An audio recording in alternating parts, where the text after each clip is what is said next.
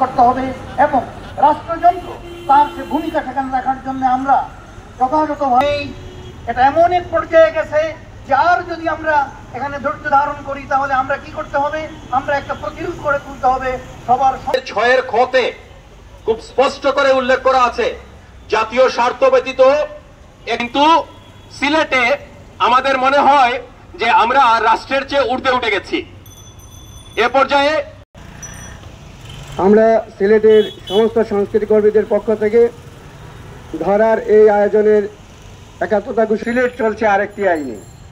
আপনারা জানেন বাংলাদেশের অন্যতম শক্তিশালী জেলা প্রশাসক হচ্ছেন সিলেটের জেলা। সম্মিলিত নাট্য পরিষদের বর্ষ বিদায় অনুষ্ঠান আগের দিন পর্যন্ত অনুমতি দেননি।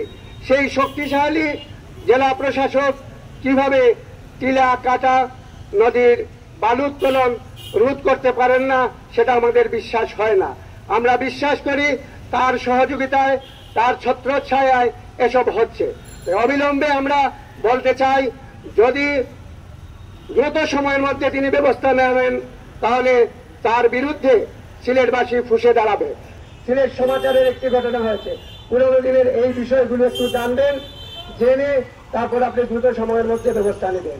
হয়েছিল সিলেটের জেলা প্রশাসক মহোদয়কে আপনারা সম্ভব হলে এগুলোর বিরুদ্ধে ব্যবস্থা নেন, না হলে তাকে